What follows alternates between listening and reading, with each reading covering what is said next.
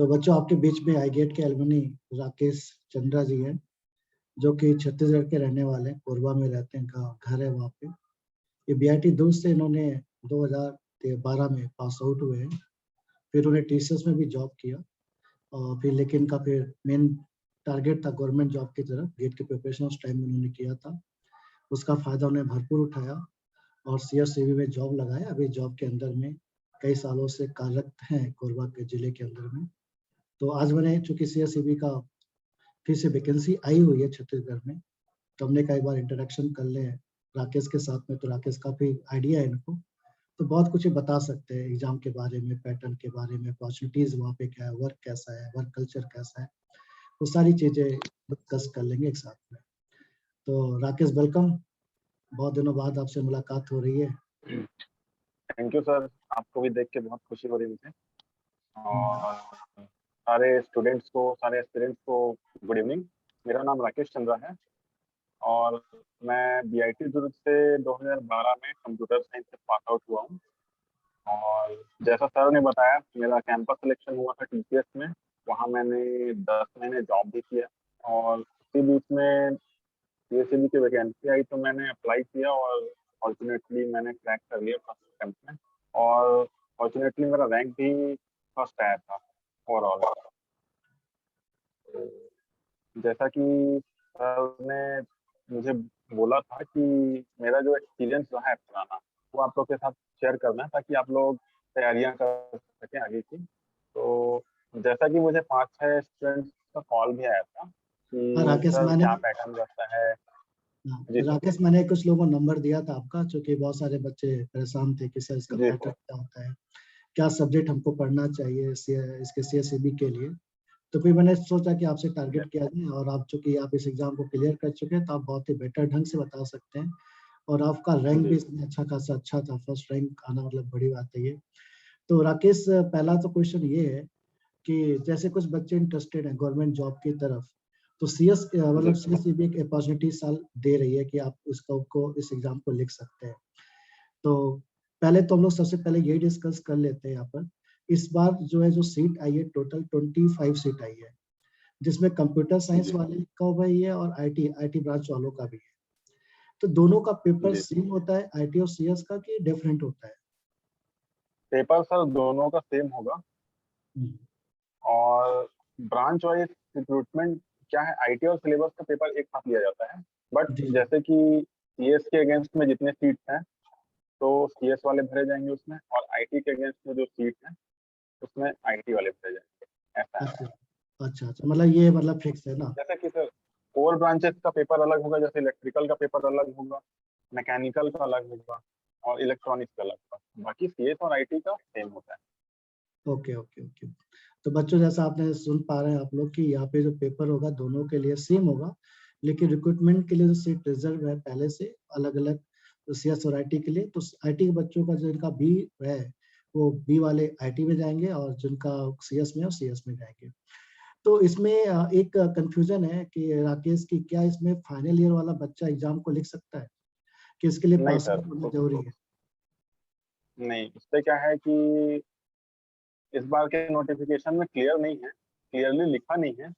इसमें सिर्फ minimum qualification करके दे दिया गया है, जिसमें कि डिप्लोमा इन कंप्यूटर साइंस और आईटी रिलेवेंट ब्रांच में, या फिर जैसे कि इलेक्ट्रिकल मैकेनिकल के लिए भी वैसा है कि minimum qualification diploma engineering in respective branch. But हम लोग के टाइम पे ऐसा क्लियर लिखा हुआ था। मैंने एई और जेई दोनों का पेपर दिया था अलग अलग। इस बार जी तो जी। सिर्फ जेई की वैकेंसी निकली है और जेई में मेरा नहीं हो पाया था, एई में हुआ मेरा। तो तो जैसे इसमें आपका क्या, अच्छा तुम्हारा एई में हुआ था? जी सर। अच्छा, तो इसमें जैसे अभी आप बोल रहे हैं कि पॉलिटेक्निक, मतलब पॉलिटेक्निक वाले भी इसमें अलाउड है, एग्जाम लिख सकते हैं इसको?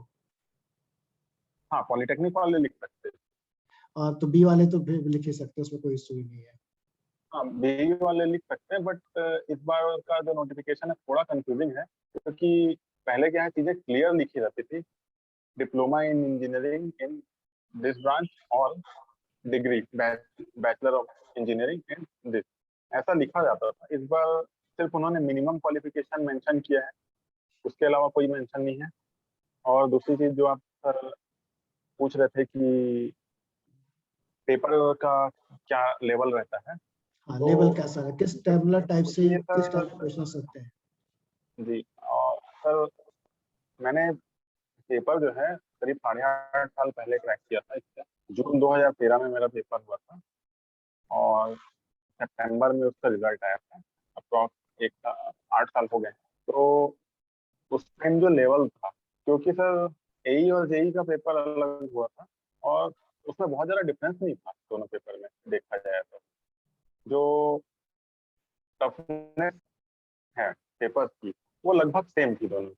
और क्योंकि ये जेई का है एग्जाम और इसमें डिप्लोमा के एस्पिरेंट्स को भी मौका दिया जा रहा है, तो पेपर टू गेट सिलेबस तो लगभग सेम रहता है, बट थोड़ा सा जो है हार्डनेस जो है वो उतनी नहीं रहती जितनी गेट में रहती है। दूसरी चीज सर जैसे कि 2-3 सब्जेक्ट हैं जैसे कि टीओसी और कंपाइलर, जो कंप्यूटर साइंस के काफी एडवांस सब्जेक्ट उनको बोल सकते हैं अपन।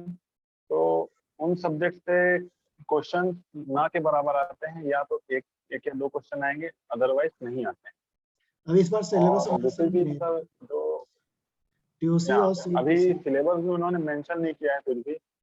और क्योंकि 8 साल हो चुके हैं तो कुछ भी हो सकता है, सिलेबस में कोई भी चेंज हो सकता है, क्योंकि ये एग्जाम थर्ड पार्टी कंडक्ट कराती है। एक थर्ड पार्टी कंसल्टेंट को चूज किया जाता है और उनका ही पूरा जिम्मेदारी रहता है कि वो पेपर सेट करे और एग्जाम कंडक्ट करा के पेपर चेक करें, और इंटरव्यू भी कंडक्ट कराया जाता है जिसमें कि कुछ बोर्ड के ऑफिसर्स रहते हैं, खासकर मैनेजिंग डायरेक्टर लेवल के ऑफिसर्स रहते हैं।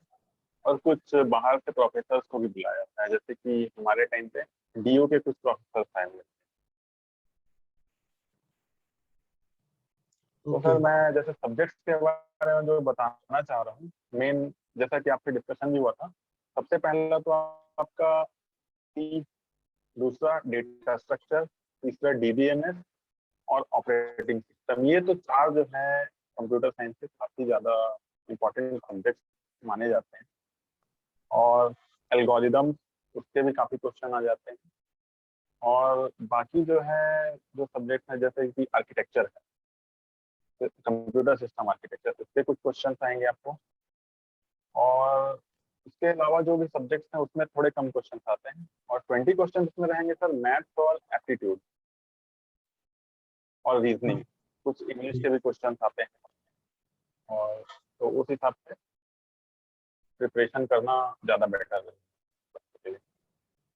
राकेश, किसी ने पूछा है क्वेश्चन यहाँ पर कि सर क्या छत्तीसगढ़ का डोमिसाइल होना जरूरी है, कि छत्तीसगढ़ ये जो जॉब नहीं, निकल रही है कि मतलब ऑल अच्छा ओवर। हाँ, ये क्योंकि नहीं सर, ये क्योंकि जूनियर इंजीनियर की पोस्ट है तो उसमें एक क्राइटेरिया होता है कि डोमिसाइल ऑफ छत्तीसगढ़ होना चाहिए, अच्छा। जैसा कि हमारे टाइम पे भी था, बट एई के रिक्रूटमेंट में वो नहीं रहता है। अच्छा। और मोस्ट प्रोबेबली इन फ्यूचर एई की भी रिक्रूटमेंट निकलेगी। तो अच्छा, एक ही निकलेगी तो उसमें डोमिसाइल का नहीं रहेगा। बच्चों, आपका कोई डाउट हो तो आप लोग अपना मैसेज लिख सकते हैं।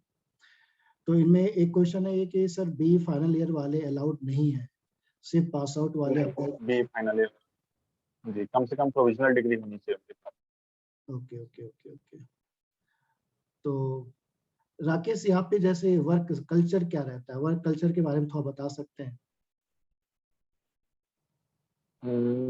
सबसे इम्पोर्टेंट चीज सर आपने पूछी है एक्चुअली।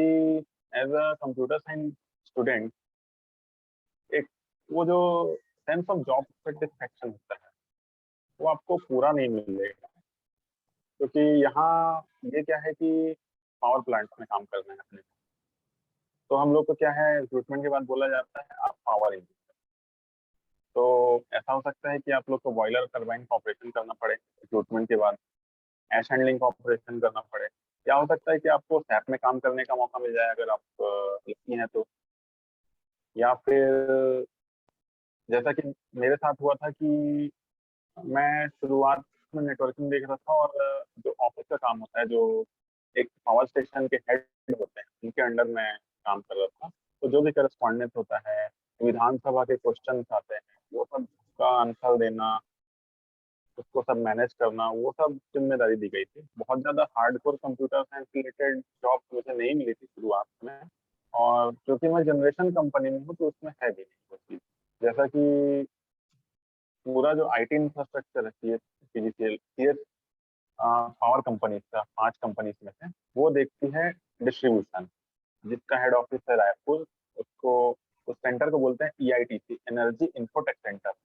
अगर वहाँ आपकी पोस्टिंग होती है फॉर्चुनेटली, तो आपको सैप में काम करने मिलेगा, माइक्रोसॉफ्ट शेयर पॉइंट और जो भी लीडिंग टेक्नोलॉजीज हैं उस पर काम करने के लिए आपको मिल सकता है। और सर दूसरी चीज और बताना चाहूंगा कि यहाँ का जो आईटी इंफ्रास्ट्रक्चर है वो पूरा का पूरा सीएस पावर कंपनीज नहीं मैनेज करती है। आउटसोर्सिंग के थ्रू अपन टीसीएस से टीसीएस को प्रोजेक्ट देते हैं, और थर्ड पार्टी सॉफ्टवेयर कंपनीज को भी प्रोजेक्ट देके हम चीज़ों को इम्प्लीमेंट कराते हैं। तो आपका मेजर का रोल रहेगा सुपरविजन का, कि आपकी कंपनी ने जो चीज़ सोचा है, आईटी इंफ्रास्ट्रक्चर जो है उनने जो डिप्लॉयमेंट के लिए सोचा है वो प्रॉपर तरीके से हो रहा है कि नहीं, वो आपका काम रहेगा सुपरविजन का। और after successful completion of the project, अगर आपको उसका मेंटेनेंस मिलता है, मीन क्या है कि टीसीएस ने मान लीजिए कि सैप इम्प्लीमेंट कर दिया, 2010 से इम्प्लीमेंटेड हमारे यहाँ और नए नए मॉड्यूल ऐड होते जा रहे हैं, तो टीसीएस ने कोई सैप का मॉड्यूल इम्प्लीमेंट किया, अब आपको बोला जा रहा है कि आप उसको मैनेज करिए, तो आपका एक्सपोजर जो रहेगा वो रहेगा वहाँ पे।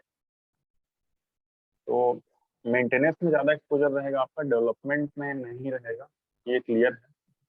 और अगर इन केस आपका रिक्रूटमेंट डिस्ट्रीब्यूशन में नहीं होता, जनरेशन में होता है, तो यहाँ आपको कोई भी जॉब रोल दे दिया जा सकता है, जैसा कि मुझे मिला। और कई बार ऐसा भी होता है कि मेरे साथ वालों को एश हैंडलिंग का ऑपरेशन करना पड़ा, बॉयलर ऑपरेशन करना पड़ा, और वो चीज़ आपको सीखना पड़ेगा।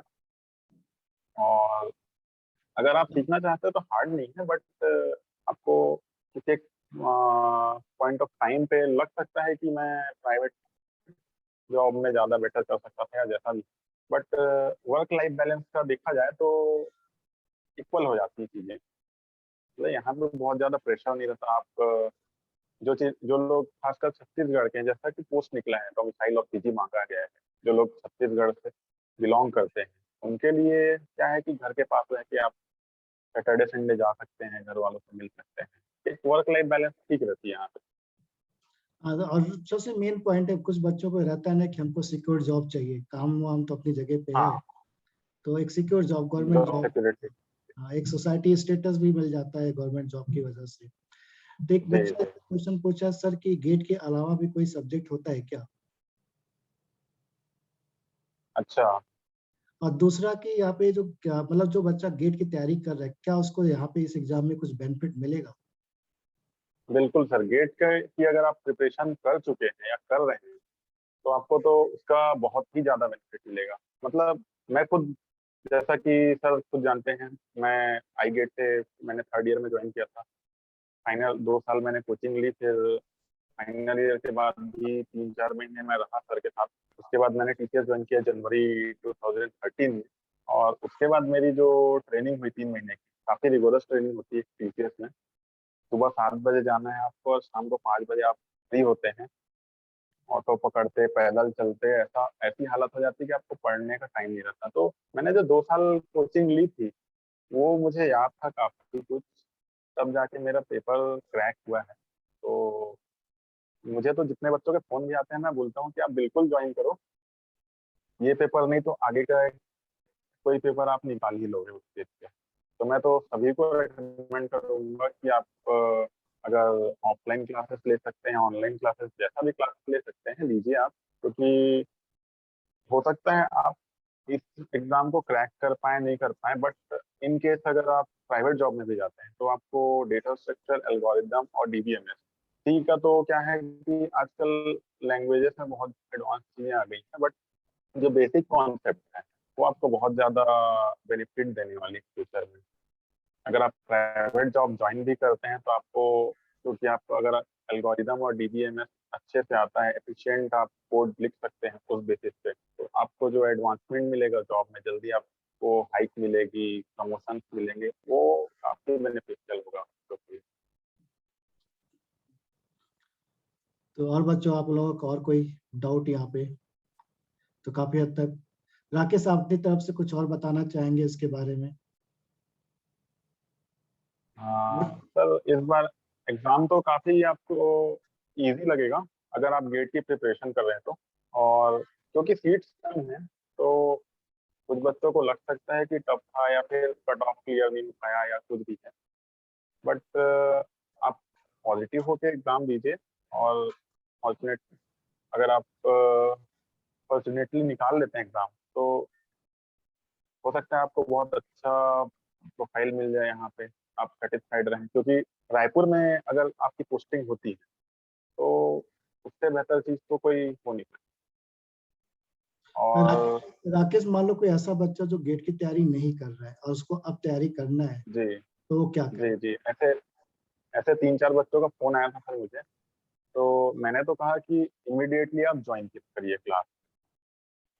और सर आपके पास शायद दो ऑप्शन हैं जैसा कि बच्चों ने बताया था, एक लाइव का होता है और एक जो रिकॉर्डेड वीडियोस है पहले के। तो मैं तो सजेस्ट करूंगा कि रिकॉर्डेड वीडियोस भी लीजिए आप, क्योंकि लाइव क्लासेस का लेंथ काफी ज्यादा होता है। मीन्स करीब साल भर का कोर्स होता है एक तो लाइव क्लासेस का। और अभी टाइम अपने पास है नहीं, 2 ढाई 3 महीने का टाइम है अपने पास। तो मैं बच्चों को सजेस्ट करूंगा कि रिकॉर्डेड वीडियो वाले लेक्चर्स भी लीजिए आप। और दिन रात एक करके पढ़िए, रात को पढ़िए, दिन को पढ़िए, जब टाइम मिलता है तो पढ़िए। और सारे सब्जेक्ट हो सके तो कवर करिए, क्योंकि सिलेबस 8 साल पुराना मेरा जो एक्सपीरियंस था हो सकता है वो चेंज हो जाए। सिलेबस कभी भी चेंज किया जा सकता है। तो मैं तो बच्चों को बोलूंगा कि आप बिल्कुल ज्वाइन करिए।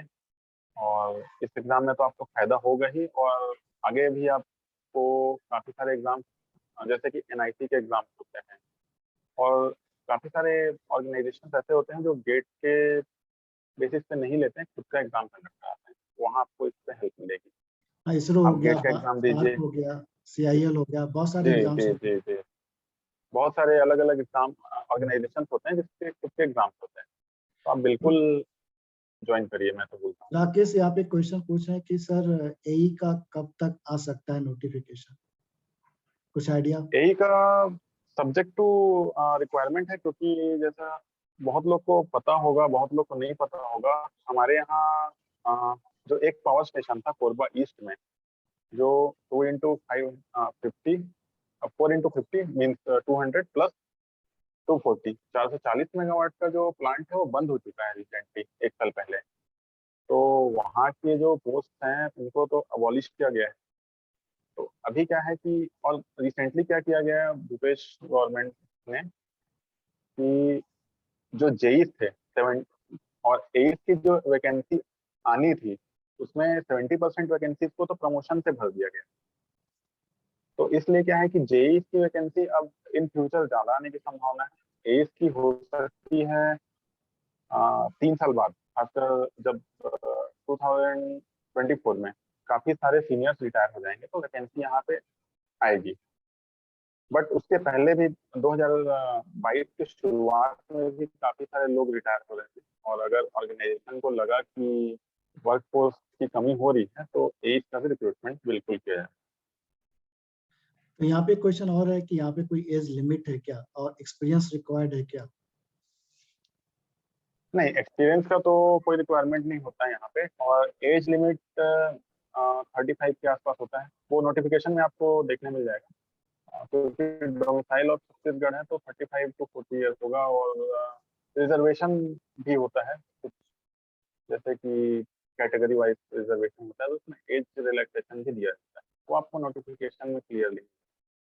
ये एक क्वेश्चन और है बच्चे का कि सर गवर्नमेंट जॉब में सॉफ्टवेयर डेवलपमेंट रोल मिलना मुश्किल है क्या? बहुत प्लस ज्यादा मुश्किल है वो, और near to impossible development role मिलना था। और दूसरा एक क्वेश्चन इसका साथ में और है कि क्या टेस्ट क्लियर करने के बाद मेडिकल भी टेस्ट होता है क्या? से किसी को कलर हाँ, कलर मेडिकल। कलर ब्लाइंड है तो उसके लिए कोई प्रॉब्लम? नहीं, एक सर्टेन लिमिट तक आपको रिलैक्सेशन मिलेगा। ऐसा नहीं है कि आप इंजीनियर हैं तो कलर ब्लाइंड होने की वजह से आपको डिस्क्वालीफाई कर दिया जाएगा। क्योंकि जो फील्ड फील्ड की जॉब होती है, जो ऑपरेटर्स होते हैं जिनको असिस्टेंट बोलते हैं, प्लांट असिस्टेंट, जो फील्ड में जॉब करते हैं, उनके लिए ये जरूरी है कि कलर ब्लाइंडनेस ना हो। क्योंकि क्या होता है कि यहाँ सारी चीजें वायर से चलती है।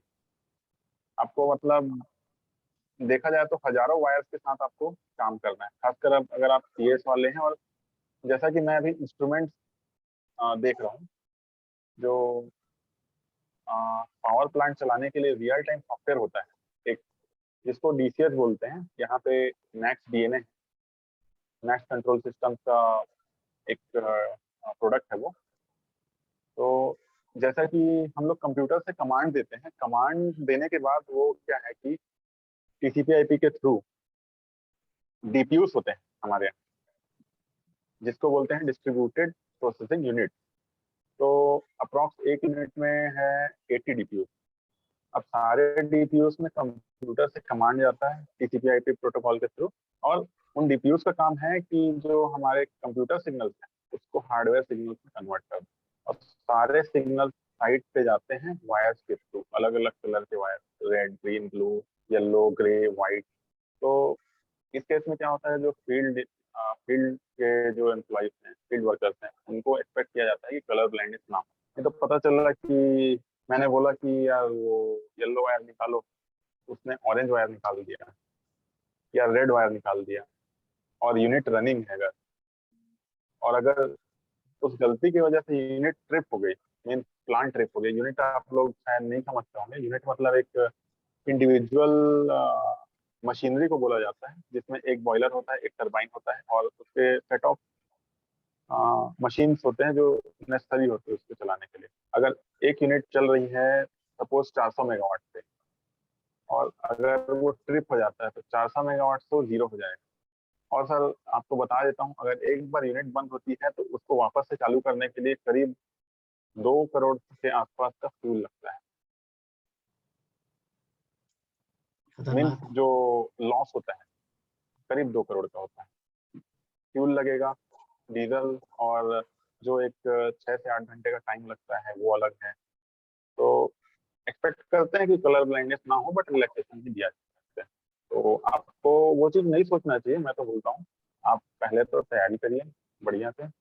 अगर आपको software development mean software side पे डेवलपमेंट तो मुश्किल है, बट मेंटेनेंस अगर मिलता है तो आपको कलर ब्लाइंडनेस का कोई कॉन्स्टेंट नहीं रहेगा, इतना मान के चलिए। सर इंटरव्यू के बारे में थोड़ा सा बताइए। हाँ, यहाँ मेरे को सबसे जो अच्छी चीज लगी वो इंटरव्यू लगा। क्योंकि जैसा कि मैंने टीसीएस का कैंपस इंटरव्यू दिया था, तो मोस्टली क्या है कि एक या दो लोग होते थे जो आपका इंटरव्यू लेते थे। यहाँ पे आप जाएंगे तो मैं जब गया तो 6 लोग बैठे हुए थे, जिसमें कि होल्डिंग कंपनी के मैनेजिंग डायरेक्टर, जो पांचों कंपनी की सबसे पावरफुल पोस्ट होती है, वो बैठे हुए थे। 2 डीयू के प्रोफेसर थे, कुछ चीफ इंजीनियर और एग्जीक्यूटिव लेवल, डायरेक्टर लेवल के ऑफिसर थे। ऐसा करके 6 लोगों ने इंटरव्यू दिया। और मैं काफी नर्वस हो रहा था, क्योंकि ये मेरा सेकंड इंटरव्यू था। एक मैंने कॉलेज में दिया था टीसीएस में, और दूसरा ये मेरा यहाँ इंटरव्यू था। तो काफी नर्वस हो रहा था, और मुझे जहां तक लगा कि वो लोग आपको आपके जो आंसर्स हैं उसको तो गौर करते ही करते हैं, और साथ ही साथ आपके बॉडी लैंग्वेज की, आप जैसा कि वो लोग आपको स्ट्रेस दे रहे हैं। मैंने एक पेन पकड़ा हुआ था, मैं पेन को ऐसे हिला रहा था रेगुलर, मतलब कंटिन्यूसली हिला रहा था। तो उन लोगों ने, मैंने गौर किया कि एक लेडी थी, वो काफी गौर से देख रही थी कि ये नर्वस हो रहे हैं करके। तो आपकी बॉडी लैंग्वेज और आपके जो कम्युनिकेशन स्किल्स हैं, दोनों बहुत अच्छे से टेस्ट किए जाते हैं वहाँ पे। आपकी एक तरीके से स्ट्रेस टेस्टिंग होगी, ये मान के चलिए। तो प्रिपेयर रहिएगा उसके लिए। टेक्निकल इंटरव्यू भी होता है वहाँ पे? हाँ सर, सबसे पहले तो आप ओवरऑल देखा जाए तो टेक्निकल इंटरव्यू ही होता है। अब क्या होता है कि टेक्निकल क्वेश्चन उन्होंने पूछे, और आपको अगर आ रहा है तो आप तो कॉन्फिडेंटली आंसर कर सकते हैं। कई बच्चों को तो आता है फिर भी कॉन्फिडेंटली आंसर नहीं कर पाते। उसको, जिनको नहीं आता है या 60 100% आता है या डाउटफुल रहते हैं, तो ये देखा जाता है कि ये कैसे उस चीज़ को टैकल करते हैं, सामने वाले को कैसे कन्विंस करते हैं। तो क्योंकि ये गवर्नमेंट जॉब है और पब्लिक रिलेशंस भी यहाँ पे मैटर करता है, तो एक अंडर स्ट्रेस आप कैसा काम करते हैं वो भी मैटर करता है। तो इसकी भी टेस्टिंग अच्छे से की जाती है यहाँ पे इंटरव्यू में। और सबसे अच्छा तरीका ये है कि नर्वसनेस भगाने का कि आप कितने अच्छे से तैयारी करिए, नॉलेज जो आपको मिल रहा है, जो आप कोर्स ज्वाइन करने के बाद करेंगे उसको अच्छे से तैयारी करिए। आप अगर 100% रहेंगे उसमें तो आप अपने आप कॉन्फिडेंट हो जाएंगे, वहाँ पे आपकी बॉडी लैंग्वेज नहीं गड़बड़ाएगी, नर्वसनेस कुछ नहीं आएगी आपको। राकेश, तो एक स्टूडेंट पूछ रहा है अभी भी कि इनका one doubt, final year student eligible for this exam? तो इसका आंसर हम लोग दे चुके हैं कि नहीं फाइनल ईयर के नहीं है, सिर्फ जी पास आउट के लिए ये। अच्छा, ये स्टूडेंट अभी जी जो आपको एक डाउट पूछा था कलर ब्लाइंडेड वाला, तो उन्होंने इनका बोला सर एक्चुअली मैं कलर ब्लाइंड हूँ, तो गवर्नमेंट जॉब तो मुश्किल ही है। तो बच्चों, राकेश ने इसका आंसर दिया आपको कि आप बिल्कुल मत सोचिए कि आपके साथ में क्या है। आपको सीधा तैयारी करना चाहिए, लग के तैयारी करना चाहिए, एग्जाम को क्लियर करना चाहिए। ठीक है, सिलेक्शन हो सकता है ना, ऐसा तो है नहीं कि एकदम 0% चांस हो सकता है कि आपका सिलेक्शन हो जाए। ठीक है, ये इतना बड़ा मुश्किल ना हो, लेकिन आप पहले से इस चीज को बहुत बड़ा मुश्किल मान लेंगे शायद आपके लिए, हाँ, आप उस लेवल पे तैयारी उस नहीं चीज कर। को आप कमजोरी मत समझिए, उसको आप साइड रख दीजिए और आप अपने नॉलेज पे ध्यान दीजिए। हो सकता है आपको डेवलपमेंट में अगर काम मीन सॉफ्टवेयर एंड पे काम दे दिया जाए तो वहाँ पे कलर ब्लाइंडनेस का कोई मतलब नहीं रहता, आपको कोडिंग करनी बस थी, या जी कोड्स जी। देखने हैं जो वेंडर आपको बना के दे रहे हैं वो कोड आपको देखना है। या ये हो सकता है कि आपको एक कंप्लायंस वाले ऑफिस में जॉब दे दिया जाए जहाँ पे आपको लेटर्स टाइप करने हैं और कुछ नहीं करना है, फील्ड जॉब नहीं करना है। और अगर फील्ड जॉब नहीं करना है आपको तो उसके लिए तो कोई दिक्कत नहीं है। राकेश साहब, जैसे आप सीएसईबी में आपको कई साल हो गए जॉब करते हुए, और अपने अपने जी घर के अंदर में आप हैं, अपने शहर के अंदर जी में, और टीसीएस में भी आप जॉब कर चुके थे, तो दोनों के जी कल्चर में तो बहुत डिफरेंस है। ऐसा तो नहीं लगता आपको कि हाँ, टीसीएस में होता तो ज्यादा अच्छा था? कभी ऐसा? कभी कभी लगता है, ऑनेस्टली बता रहा हूँ मैं। आ, क्या है, जब मेरा सिलेक्शन यहाँ हुआ, सीएसईबी में हुआ, तो हम लोग क्या है कि 7 लोग एक साथ वहाँ पे एक फ्लैट में रहते थे। आ, हम लोग वीआईटी के 5 लोग थे वहाँ पे, और बगल वाले फ्लैट में 2 लोग और थे। तो जब मेरा सिलेक्शन यहाँ पे हुआ तो पैकेज मेरा सबसे ज़्यादा था उस टाइम पे, मीन्स गवर्नमेंट जॉब में आने के बाद। क्योंकि टीसीएस में हमको जो सैलरी मिलती थी 3.2 का पैकेज था, तो उस हिसाब से 27,000 ग्रॉस ऐसा आता था। यहाँ पे ऐसा था कि 1 साल का था प्रोबेशन पीरियड, उसके बाद मीन्स ट्रेनिंग पीरियड, प्रोबेशन तो उसके बाद 2 साल होता है। उसके बाद क्या है कि मुझे अप्रॉक्स 50,000 का मिलना था रेगुलराइजेशन के बाद। तो उस टाइम पे तो लगा कि हाँ यार, मैंने बाजी मार ली घर पे। फिर 1 साल अच्छा भी रहा। जब टीसीएस वाले मेरे फ्रेंड्स को 2-2 साल हुआ तो उन्होंने स्विच किया, तो 6 लाख 7 लाख के पैकेज में उन्होंने जॉब सिक्योर करी। तो फिर भी मेरा लगभग सेम था, पैकेज ठीक है और मैं घर के पास था, स्ट्रेस कम है, और जब चाहे घर जा सकते हो, जब चाहे घूम सकते हो आप, ये सब चीजें थी। फिर जब 4 साल हुए, 6 साल हुआ, तो जब उनका ग्रोथ और आप अपना ग्रोथ कंपेयर करोगे इन फ्यूचर, तो आपको बहुत ज़्यादा ड्रास्टिक चेंजेस आएंगे। अभी कुछ लोगों का, जैसे कि सर मनीष कुमार था इस सेक्शन में, तो उसका जो पैकेज है मेरे से लगभग अब ट्रिपल हो चुका है। तो आपको एक तो ये चीज थोड़ा सा इन फ्यूचर लग सकता है कि मैं वहाँ ज़्यादा अच्छा ग्रोथ कर, अगर आप मेहनती हैं तो। दूसरी चीज ये है कि यहाँ क्या है कि जो आपको जॉब दिया जाएगा वो आपको करना है, आप उसमें मना नहीं कर सकते। बीट आईटी का जॉब मिले या फिर आपको फील्ड का जॉब मिले तो करना पड़ेगा। बट हमारा काम ये है कि हम अच्छे से अभी मेहनत करें और सब हर चीज के लिए एक्सपेक्ट करें। देखिए क्योंकि राकेश, आगे तो ऐसा है कि आईटी में भी जाएंगे तो कुछ भी हो सकता है। एक तो बात है ना कि आप एकदम यहाँ पे शांति से है ना, बहुत ज्यादा हौच पौच नहीं लाइफ में। हाँ आईटी इंडस्ट्री में यहाँ पे क्या है प्रेशर कि भी रहता है ना। हाँ, प्रेशर भी होता है, और जैसे कि कोई स्टूडेंट बोल रहा था कि मुझे सिक्योर जॉब चाहिए, गवर्नमेंट जॉब चाहिए, तो उसके मतलब सिक्योरिटी तो है यहाँ पे कि आपका गवर्नमेंट जॉब है ये, तो आप शांति से रह सकते हैं।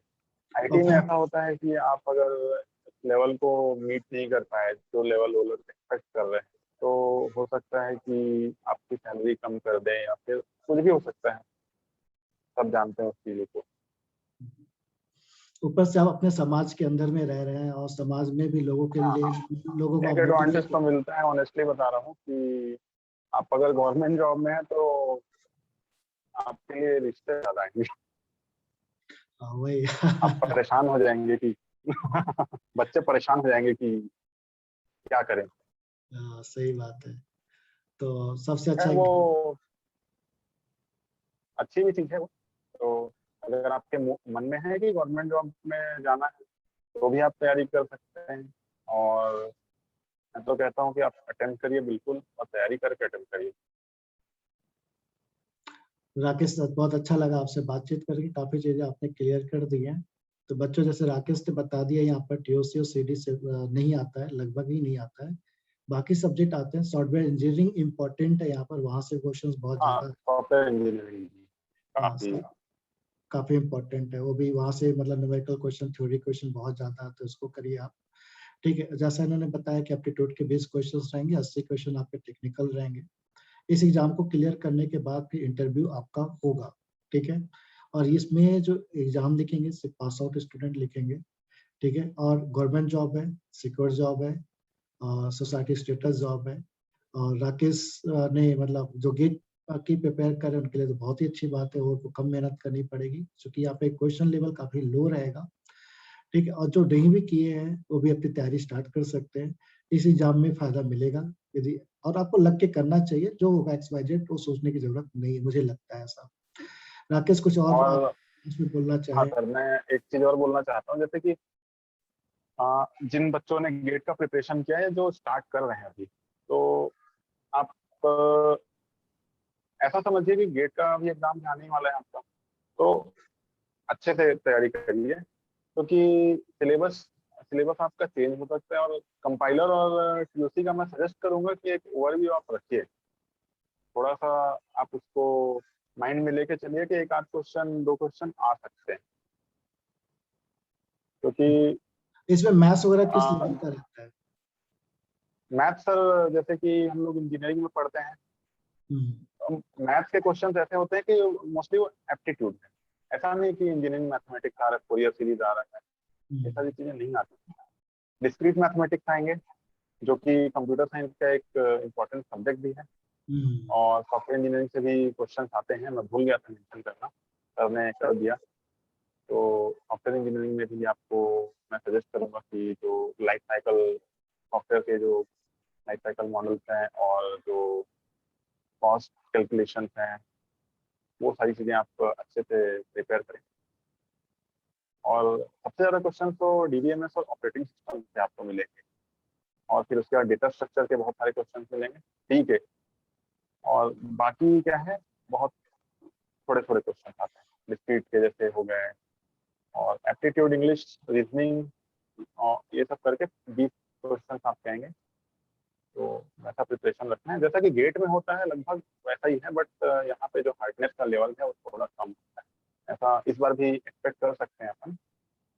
और बाकी राकेश प्रिपरेशन तो आप राकेश अच्छे से रखिए। राकेश, आपको याद है कि जब आप एग्जाम देने गए थे तो आपको कैसा फील हुआ था उस टाइम में? जब एग्जाम लिख रहे थे तो कैसा सिचुएशन था? सर मैं तो क्या है कि गेट दे चुका था 2 बार उससे पहले, तो ऐसा था कि नहीं, ठीक है, अच्छा है करके मेरा कॉन्फिडेंस पूरा था कि मैं अच्छा कर पाऊंगा इसमें, पेपर में। हम्म, और तो उस टाइम तो सर मैं क्या है कि ट्रैवल करके आया था, हैदराबाद से जस्ट आया ही था, और 2 दिन बाद मेरा एग्जाम था, तो रिवीजन का तो समय नहीं मिला मुझे। और दूसरी चीज़ और बता रहा हूँ सर, जब मेरा एग्जाम हुआ, तो मुझे नया नया प्रोजेक्ट दिया गया था, तो मैं बिना बताए बोल के आया था, कुछ इमरजेंसी करके बोल के आया था मैं, क्योंकि एग्जाम देने जा रहा हूँ बोलता तो वो लोग मुझे छुट्टी नहीं देते। तो मैं भाग के आया था बेसिकली वहाँ से। राकेश, बहुत अच्छा लगा आपसे बातचीत करके, और काफी आपने बच्चों को मोटिवेट भी किया और काफी अच्छे से लोगों को गाइड भी किया है। तो बहुत बहुत धन्यवाद आपका। आगे भी हम आपको डिस्टर्ब करते रहेंगे। जो भी बच्चे आपके बिल्कुल सर, जो भी बच्चे भी हमारे पास, डिस्टर्ब कर सकते हैं मुझे, और बहुत अच्छा लगा सर आपसे मिलके। काफ़ी दिन हो गए, अप्रॉक्स ऐसा। हाँ, शादी के पहले आपसे मिला था मैं, हाँ, उसके शादी बाद से मिलना नहीं हो पाया। नहीं, ठीक है, सब लाइफ में 2018 में मिला था। सभी लोग बिजी हो जाते हैं लाइफ में। तो अभी जी, सबसे जी, अच्छा माध्यम बन गया ऑनलाइन, तो ऑनलाइन हम लोग कभी भी मिल सकते हैं अब। ठीक है, बिल्कुल और सर। समय के साथ काफी परिवर्तन होता है। तो ये भी एक परिवर्तन है कि ऑनलाइन आज हम लोग मिल रहे हैं, जो कि सोचे नहीं थे कि कभी हम लोग के ऑनलाइन ऐसे डिस्कस करेंगे, लेकिन सब चीजें हाँ, और ऐसा लग रहा है कि हम रियल में मिले हुए हैं। बिल्कुल बिल्कुल बिल्कुल। ठीक है राकेश, फिर जैसा भी कोई भी स्टूडेंट गाइडेंस लेना चाहेगा, मैं आपका कॉन्टेक्ट नंबर उसको शेयर कर दूंगा। जी तो सर, आपको जब बिल्कुल भी बिल्कुल। टाइम मिलेगा तो उसको आप गाइड कर दीजिएगा, कोई इशू नहीं। बिल्कुल सर। ओके ओके, चलो, थैंक यू, चलिए, बाय सारे बाय। स्टूडेंट्स को ऑल द बेस्ट। आप अच्छे से तैयारी करिए सब, और होप कि आप लोग से यहाँ मुलाकात हो हमारे ऑर्गेनाइजेशन में। तो ठीक है, all the best, good night, bye bye. चलो, गुड नाइट, बाय बाय।